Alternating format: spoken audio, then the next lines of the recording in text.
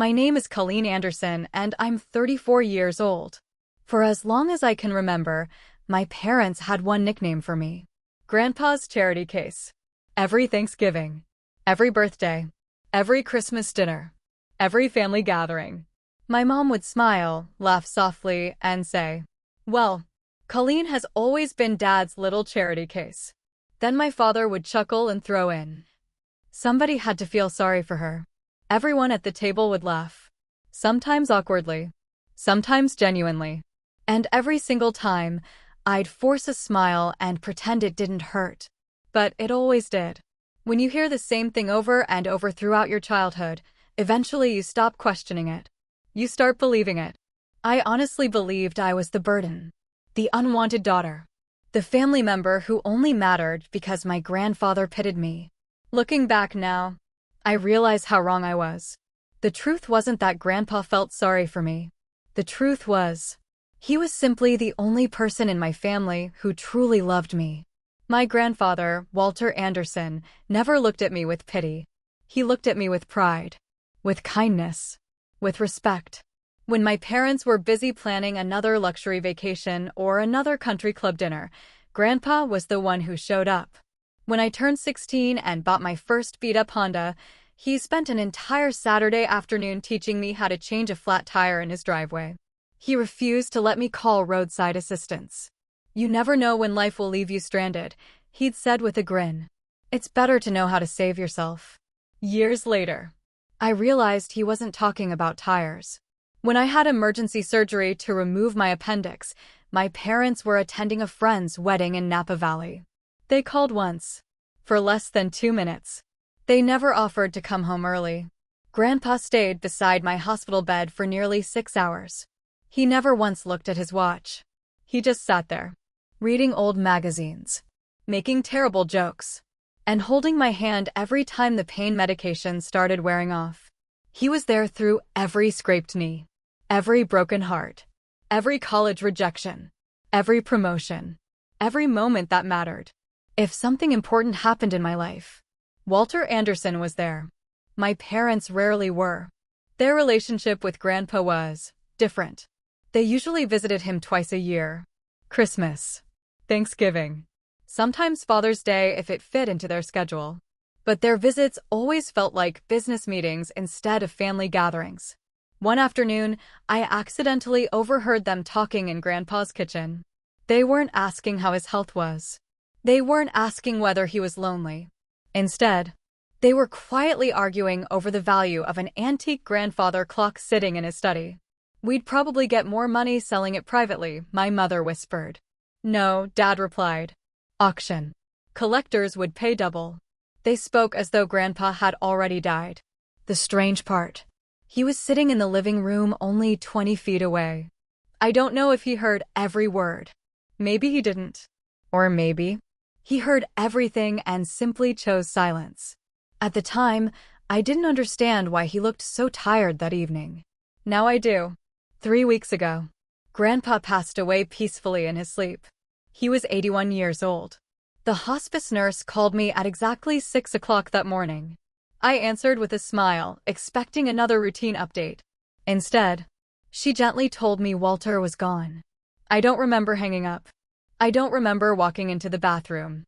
I only remember sitting on the cold tile floor, unable to breathe, unable to cry, unable to believe that the one person who had always stood beside me was suddenly gone forever.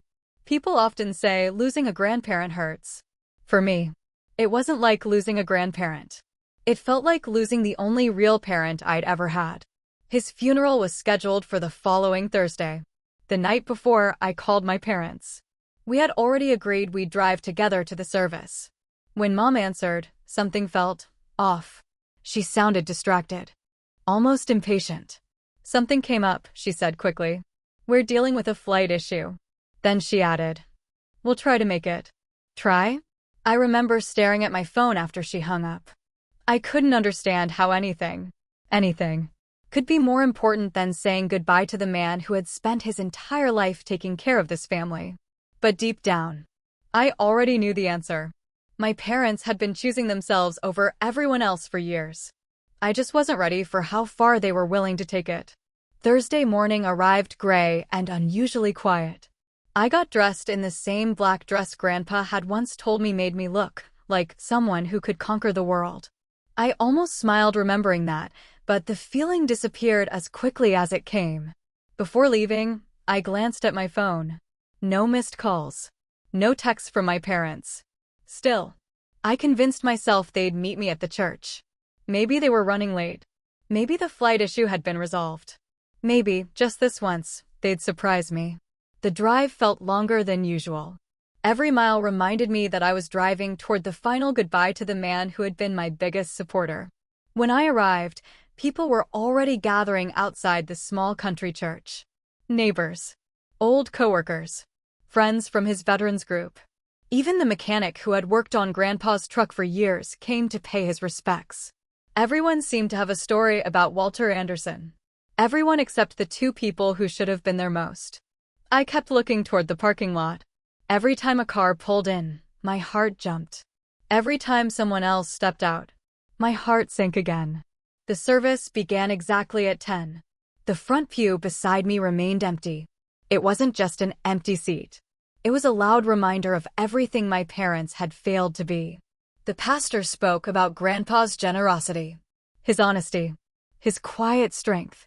People laughed through their tears as they shared stories about how Walter had secretly paid medical bills for struggling neighbors or fixed someone's roof without ever accepting a dollar. I realized something during those stories. The kindness he had shown me, he had shown to countless other people too. That wasn't pity. That was simply who he was. After the service, people approached me one by one. They hugged me, held my hands, told me how much Grandpa loved me. Several asked the same question. Where are your parents? Each time, I forced the same polite smile. They weren't feeling well. It was easier than admitting the truth, because even I couldn't believe the truth yet.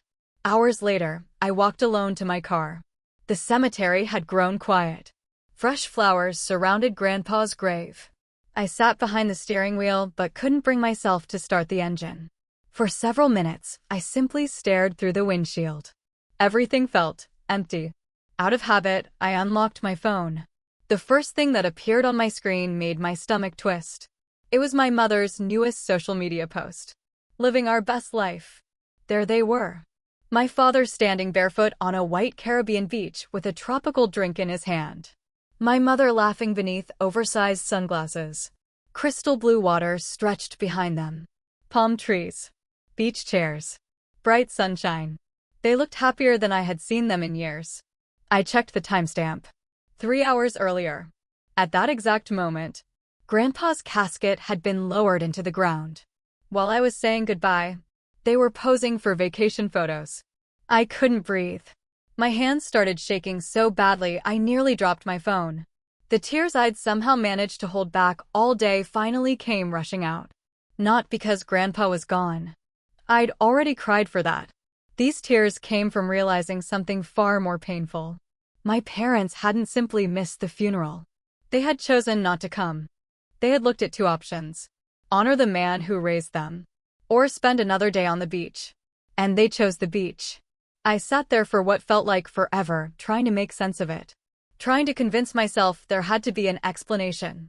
Maybe the photos were old. Maybe they had scheduled them. Maybe. My phone suddenly vibrated. The sharp buzz startled me. I looked down without thinking. My blood ran cold. The message wasn't from an unknown number. It wasn't from my mother. It wasn't from a friend. It was from Grandpa. More specifically, his phone. For several seconds, I couldn't even move. Walter had been gone for 3 days. I'd watched hospice staff collect his belongings. I'd watched them place his phone inside a sealed evidence bag. There was no possible way. No logical explanation. Yet the screen clearly showed his name. My fingers felt numb as I opened the message. It contained only one sentence. "Sweetheart, come to my house right now." That was it. No explanation. No signature. No second message. Just those 8 words. I read them again. And again. Every rational part of my mind screamed that it had to be a mistake. Maybe someone had accidentally scheduled a text. Maybe the funeral home was testing the phone. Maybe it was some horrible technical glitch. But another part of me, the part Grandpa had always taught to trust, told me something completely different. It whispered, "Go." Without thinking another second, I started the car. As I pulled onto the highway, I had no idea that within the next hour, everything I believed about my family, and everything my parents had spent decades hiding, was about to change forever. The drive to Grandpa's house usually took 25 minutes. That afternoon, it felt like an eternity. My heart pounded so hard I could hear it over the sound of the engine. I kept glancing at my phone, expecting another text. Nothing. Just that single message. "Sweetheart, come to my house right now." I must have replayed those words 100 times during the drive. Every possible explanation ran through my mind. Maybe someone had found something important. Maybe the hospice nurse had forgotten paperwork. Maybe. No. None of it made sense. Grandpa had been gone for 3 days. His phone shouldn't have been sending messages. As I turned onto his quiet street, something immediately caught my attention. The porch light was on. I frowned. Walter never left the porch light on during the day. Never. A strange feeling settled in my stomach. I pulled into the driveway and shut off the engine. The house looked exactly as it always had. The flower beds were neatly trimmed. The old oak tree still stretched across the front yard. His favorite rocking chair still sat on the porch. But somehow, everything felt different. Almost like the house itself knew he was gone. I slowly walked toward the front door. Before I even reached it, I noticed something else. The door wasn't fully closed. It was cracked open by just a few inches. I froze. My pulse immediately doubled. Every instinct told me to turn around and call the police. Instead, I gently pushed the door open. "Hello." My voice barely echoed through the quiet house. No answer. The familiar smell of Grandpa's coffee and cedar furniture filled the air. For one heartbreaking second, it almost felt like he was still there. I stepped inside carefully. The wooden floor creaked beneath my shoes. Everything looked untouched. His reading glasses still rested on the coffee table. A half-finished crossword puzzle lay beside his favorite recliner. The baseball game he had been watching earlier that week was still paused on the television. Time seemed frozen. Then I heard a voice. "Miss Anderson?" I jumped. Standing in the kitchen doorway was an older man wearing a charcoal gray suit. His silver hair was neatly combed. He held a large manila envelope against his chest. For a brief moment, I wondered if I'd walked into the wrong house. The man offered a gentle smile. "My name is Harold Ferris. I was Walter Anderson's attorney for nearly 30 years. I stared at him, still trying to catch my breath. "I'm sorry. I don't understand. How did you get in here?" He nodded, almost as though he'd expected the question. "Your grandfather left me a key. He also left me very specific instructions." He motioned toward the kitchen table. "Please, have a seat." Everything about the situation felt surreal. Yet something about Harold immediately put me at ease. He didn't seem rushed. He didn't seem nervous. He looked like a man carrying out one final promise to an old friend. I slowly sat across from him. Between us sat the large envelope. My name, Colleen Anderson, was written across the front in Grandpa's unmistakable handwriting. The sight of it nearly broke me. I reached out with trembling hands. Harold gently placed one hand over the envelope. "Before you open this, there's something you need to know." I looked up. 3 months ago, he began. "Your grandfather came to my office. He told me he believed today would eventually come. He wasn't talking about his death. He was talking about this moment." I frowned. Harold continued. "He said there would come a day when you'd feel completely alone. And when that day arrived, he wanted to make sure you knew the truth." I felt tears beginning to sting my eyes. Harold smiled sadly. "The text message you received today was scheduled months ago." I blinked. "What?" He nodded. "Your grandfather learned how to use a delayed message application. He spent nearly an hour practicing until he got it right." I couldn't help smiling through my tears. That sounded exactly like Walter. Technology had always frustrated him. He once spent 20 minutes trying to answer a cordless phone with the TV remote. Harold chuckled softly. He wanted that message to arrive only after the funeral. He believed it would be the moment you needed him most. I looked down at the envelope again. My vision blurred. Even after death, Grandpa had somehow found a way to comfort me. Harold slowly slid the envelope across the table. I think it's finally time. For several seconds, I simply stared at it. Then I carefully lifted the flap. Inside was a handwritten letter, along with a thick folder of legal documents. The first page immediately caught my attention. At the top, in Grandpa's careful handwriting, were 7 words that made my entire body go still. To the granddaughter I have always been proud of. I swallowed hard.